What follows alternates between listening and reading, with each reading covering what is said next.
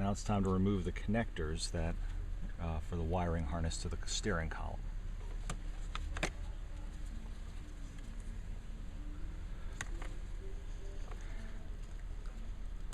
These are removed by pressing a tab that holds the connector into the housing.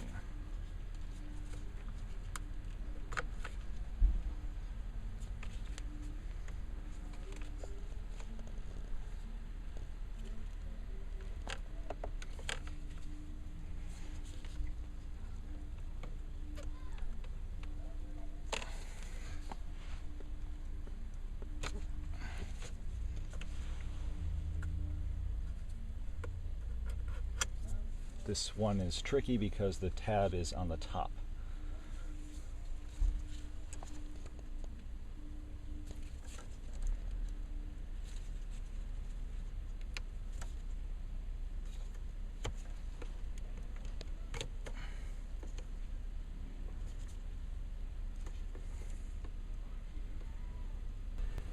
The one difficult connector to release is this 2-wire connector at the very base.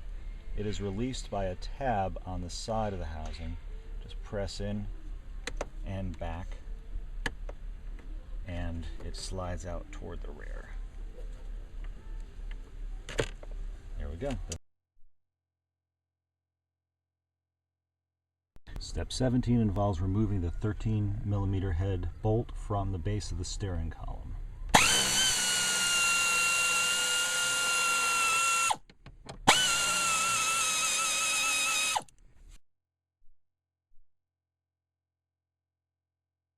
The next step involves removing the 4 10mm head nuts that hold the steering column to the dashboard itself.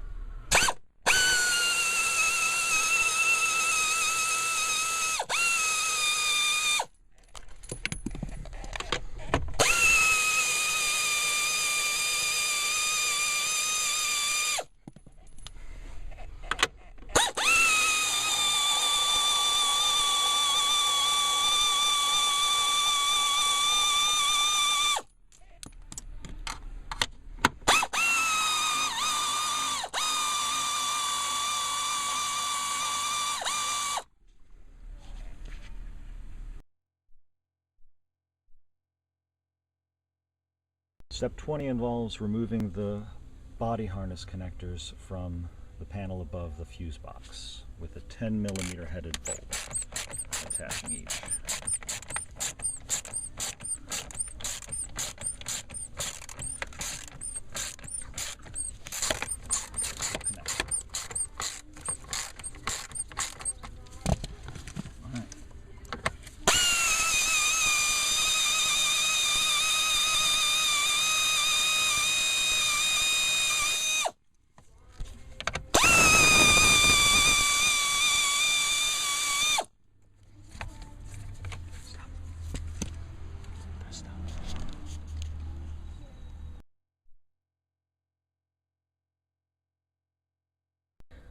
Removing the connectors from the transmission tunnel can be kind of tricky because you're only removing part of the harness, the part that goes with the dash in the front.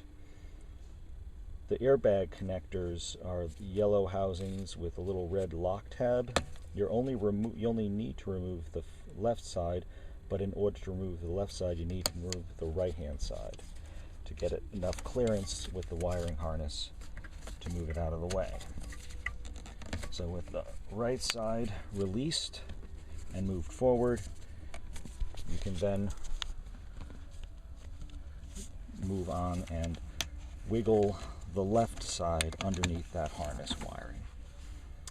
There's a ground wire that bolts to the back underneath the airbag control module that is held on by a nut on a stud, a 13mm head nut that you remove.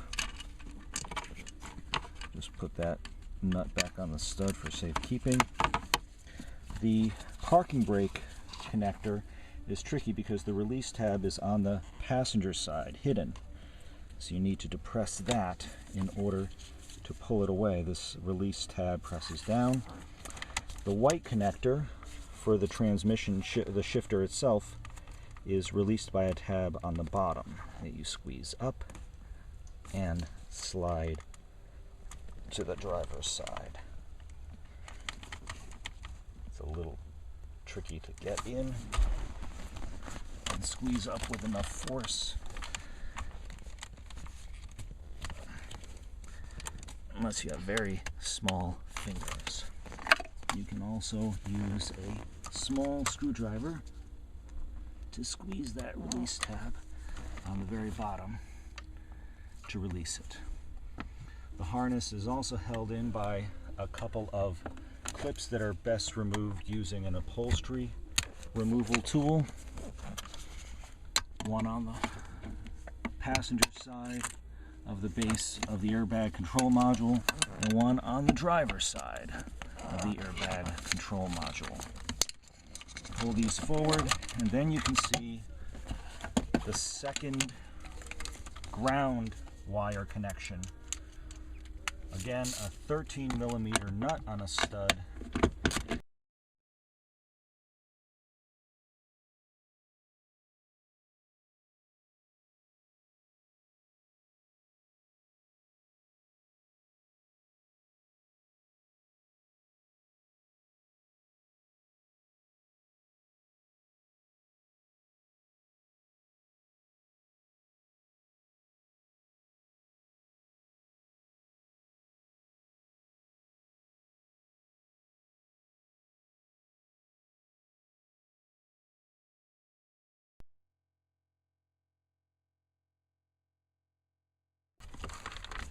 The transmission tunnel to dashboard bracket is the next thing to be removed in step 24.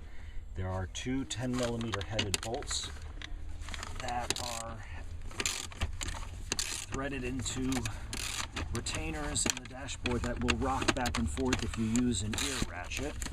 So it's best to remove them with an electric drill running a 10mm socket, or to remove them by hand.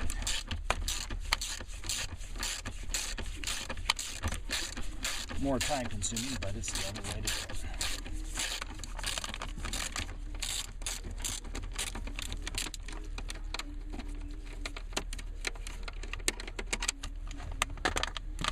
And these are pretty long, so it takes some time to remove.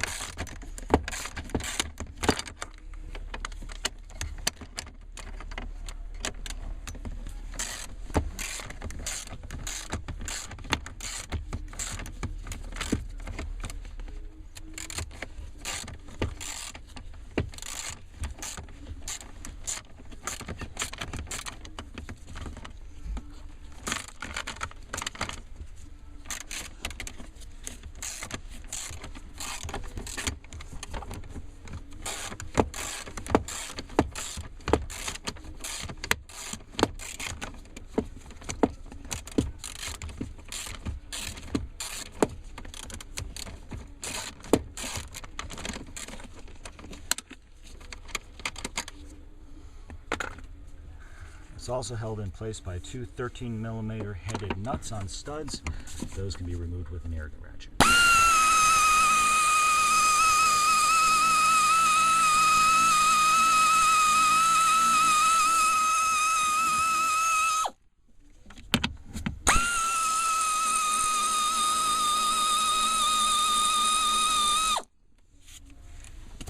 And the bracket just lifts out of the way.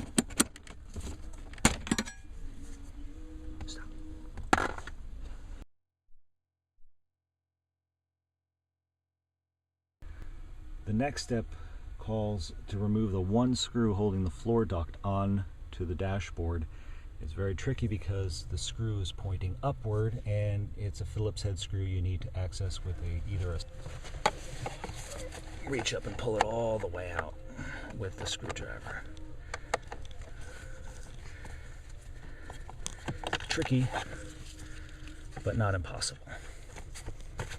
And this is held on with a little bump that just needs to be released.